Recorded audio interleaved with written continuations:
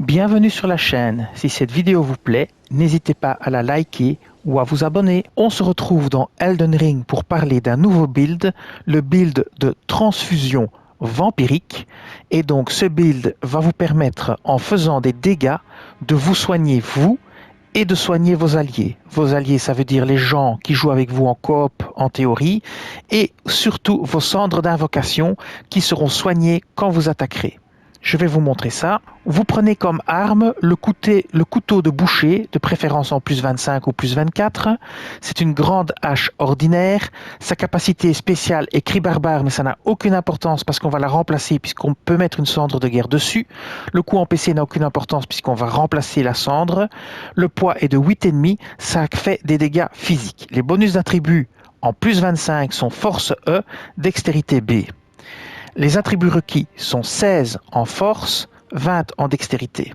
Ce qu'on va faire pour se soigner, c'est mettre une cendre de guerre très précise dessus, où vous mettez sur ce couteau la cendre de guerre frappe pieuse. Alors à vous de voir ce que vous voulez mettre comme affinité. Si vous mettez par exemple lourd, la force passera en B. Si vous avez beaucoup de force, c'est très intéressant de prendre ça. Si vous avez beaucoup de dextérité, prenez acéré, ça met dextérité A et force E. Qualité, ça met B et B pour force et dextérité. Foudre, ça met force E et dextérité C. Excusez-moi. Et en sacré, c'est ça qui va m'intéresser moi, ça va faire force E, dextérité D et foi C. Pourquoi foi C? Parce que moi, j'ai beaucoup de foi. Donc du coup, je vais prendre sacré. Mais si vous avez par exemple beaucoup de force, prenez lourd. Alors, je prends sacré. Maintenant, je vais vous montrer ce que ça donne, cette arme avec ceci dessus. Maintenant, quand vous tapez sur le descriptif de l'arme, qu'est-ce qu'il est noté? Vous restaurez une très faible quantité de PV à chaque fois que vous frappez un ennemi. La compétence frappe pieuse. Vous brandissez votre arme en guise de prière, puis abattez votre arme sur le sol. Si cette attaque pieuse atteint un ennemi, vos alliés et vous-même récupérez des PV. Donc grâce à ça, vous allez vous soigner et soigner vos alliés, par exemple vos centres d'invocation. Et en tapant normalement, vous allez vous soigner vous. Alors je vais vous montrer le build que je vous conseille. Pour le bouclier, vous prenez ce que vous voulez. L'armure, vous prenez ce que vous voulez. Ici, vous prenez en fonction de ce que vous allez infliger comme dégâts. Moi, par exemple, je vais infliger des dégâts de sacré. Donc je mets le talisman du scorpion sacré.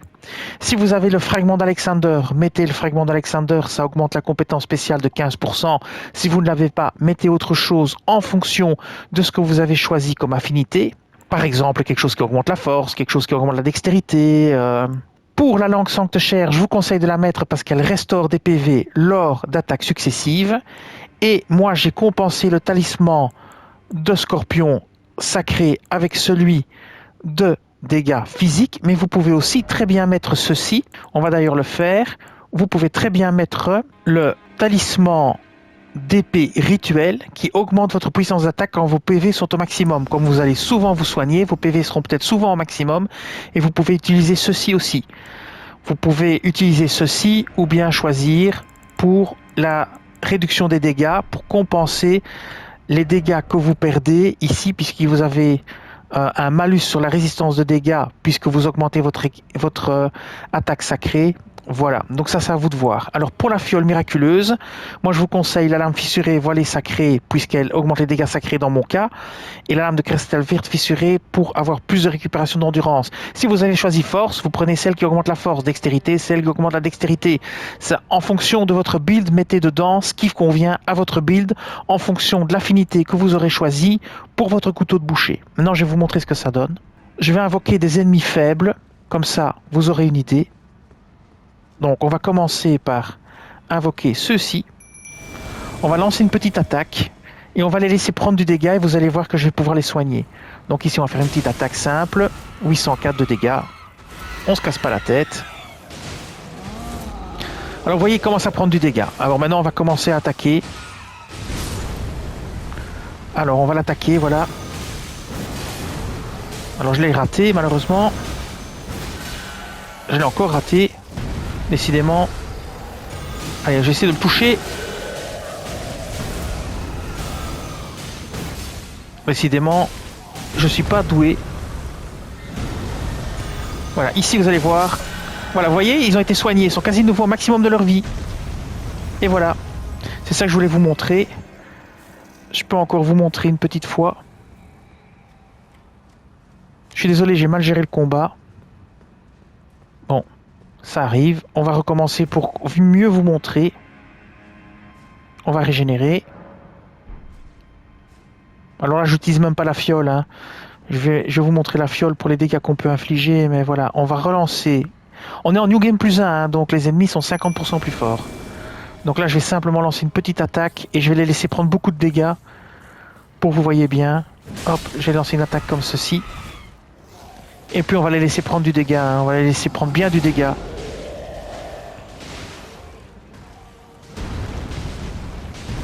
Voilà, vous voyez, il y en a déjà un qui a perdu beaucoup. Allez, c'est parti, on se lance dans la mêlée.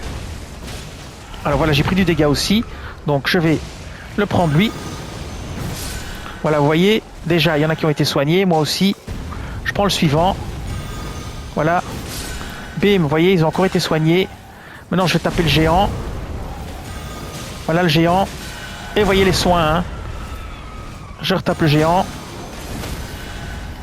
Et je retape encore le géant. Et hop, je le coupe en deux. Et vous voyez les soins. À chaque fois. Et moi aussi, je récupère ma vie. Et eux aussi. Alors, par exemple, si vous voulez utiliser ça avec l'alarme imitatrice, moi, ce que je vous conseille de faire, c'est pour l'alarme imitatrice de mettre sur l'alarme imitatrice l'alarme blasphématoire. Comme ça, l'alarme imitatrice se soignera elle-même avec l'alarme blasphématoire et vous, en prime, vous la soignerez avec le couteau ici. Je vais vous montrer ça. On va prendre l'alarme blasphématoire comme deuxième arme. Alors, j'ai déjà montré dans des vidéos précédentes que l'alarme blasphématoire sur l'alarme imitatrice soigne. Maintenant, je vais vous montrer. On va prendre ici l'alarme imitatrice. Et faites bien attention de la générer avec l'alarme blasphématoire. Comme ça, elle pourra se soigner via sa lame blasphématoire. Et vous pourrez la soigner en prime avec votre couteau de boucher. C'est parti. Et vous faites des dégâts différents en plus, ce qui est bien. Voilà. Je laisse ma vie comme elle est. Comme ça, on verra l'effet. Ici, je prends mon couteau. Maintenant, je vais commencer à attaquer. Je vais donner un grand coup dans le dos déjà pour me soigner. Comme ceci. Vous voyez, j'ai récupéré énormément de points de vie. Maintenant, on va laisser la lame blasphématoire un petit peu faire. Alors, c'est pas non plus un soin immense, mais ça aide quand même bien. Voilà, là, elle est un peu blessée. On va réattaquer. Voilà. Et vous voyez qu'elle a été soignée. Hein. Et encore un petit coup. Et voilà, il est mort. Et votre larme imitatrice a été soignée. Alors il faudrait montrer ça dans un combat de boss. Malheureusement, j'ai pas accès ici à des combats de boss. Je peux pas vous montrer. Mais ça vous donne une petite idée. Hein. Maintenant, si vous voulez savoir ce que ça vaut contre un ennemi très puissant sans avoir d'aide, simplement en utilisant la compétence, je vais vous montrer. On va aller à Ordina. On va attaquer le gros duelliste avec l'arme ici. Sans rien d'autre. Alors j'ai pas ma réduction de dégâts. L'ennemi est là-bas, c'est un gros duelliste au H qui est très embêtant. Vous pouvez aussi le mettre par terre avec cette attaque. Donc en plus, ça vous donne un avantage. Je vais vous montrer sans aucun buff, hein, rien qu'avec les trucs de base. Et vous allez voir combien de dégâts on peut faire. On est en New Game Plus. Les ennemis infligent 50% de dégâts en plus. C'est parti. Je vais charger mon attaque de près. C'est parti. Je charge. Je tape. Je charge. Je tape. Je charge. Je tape. Je charge. Je tape. Et voilà. Et je recharge et je retape. Je réfléchis même pas. Et ma vie est au maximum parce que mon build est vampirique. Et vous voyez que je me suis jamais défendu. J'ai fait que taper comme une brute sans réfléchir. Et ma vie est au maximum. Voilà. Maintenant, je peux vous montrer avec la fiole pour voir un peu la différence de dégâts. Alors, c'est pas un build qui fait énormément de dégâts. Hein. Ce build, il fait 2005 par frappe. C'est pas énorme. Bah, c'est pas énorme. Vous allez me dire, pour vous, c'est peut-être énorme, mais c'est pas énorme, hein. On a déjà fait des builds qui font du 10K, du 8K, du 7K et demi. Ici, c'est pas très impressionnant, mais le fait que ça soigne et que vous puissiez finir le combat avec un maximum de soins, c'est pas du tout à mettre de côté, hein. Ça, c'est un peu à vous de voir. Maintenant, ça rend pas énormément de vie non plus, mais voilà. Il y a des choses qui rendent encore plus de vie. Il y a des builds vampiriques purs, comme un des builds que je vous ai montré précédemment sur la chaîne, qui lui qui soigne encore plus grâce à la dîme de sang et qui fait plus de dégâts, mais il ne soignera pas vos alliés.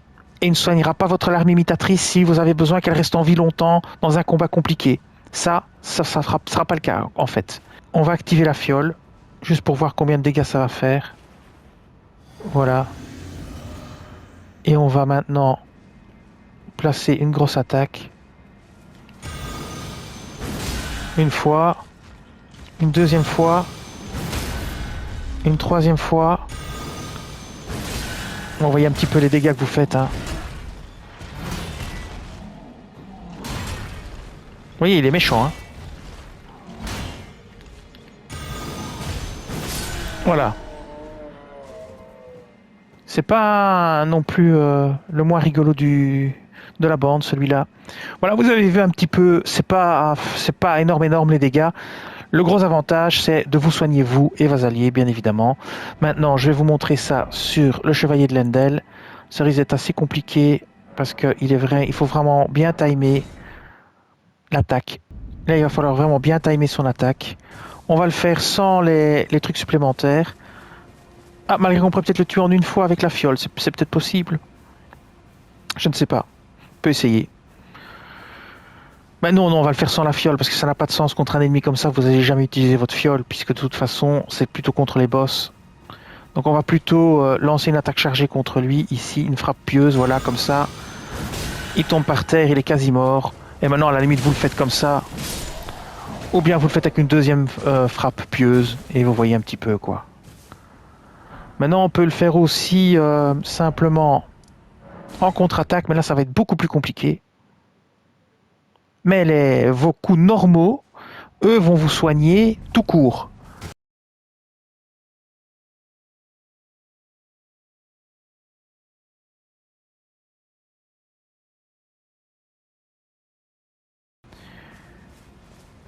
Mais ici, on va le laisser attaquer. Et on va bien voir ce qu'on peut faire en contre-attaque. Voilà, par exemple, ici, maintenant. Bon, ben là, c'est raté. Il faut faire attention au bouclier. On va laisser l'endurance se recharger.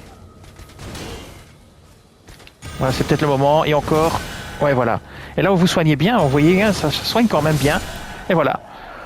Ça vous soigne quand même pas mal, hein. On peut dire ce qu'on veut. Maintenant, bon, je ne suis pas le meilleur des joueurs au corps à corps non plus, mais il fallait peut-être un petit peu rouler autour et faire autrement. Mais voilà, c'est ce que je pouvais vous dire sur ce build. Alors en résumé, le gros avantage, c'est que avec cette attaque-ci, vous soignez vos alliés et vous-même, donc vos cendres d'invocation aussi, et avec ces attaques-ci, vous vous soignez tout court. Voilà. Et l'effet de soin est amplifié par votre langue sancte chère. Et comme vous êtes souvent à plein de vie, vous mettez le talisman d'épée rituel qui augmente la puissance d'attaque quand vos PV sont au maximum. Et pour ces deux-ci, vous les mettez en fonction de l'affinité que vous aurez choisie au moment de placer votre cendre de guerre. Par exemple, si vous avez pris lourd, ce sera la force. À ce moment-là, mettez des choses qui amplifient la force. Idem pour la fiole de céréales miraculeux. Et bien voilà, je vous dis merci et à bientôt pour d'autres vidéos sur Elden Ring. Cette vidéo s'achève ici. Je vous dis merci et à bientôt sur la chaîne.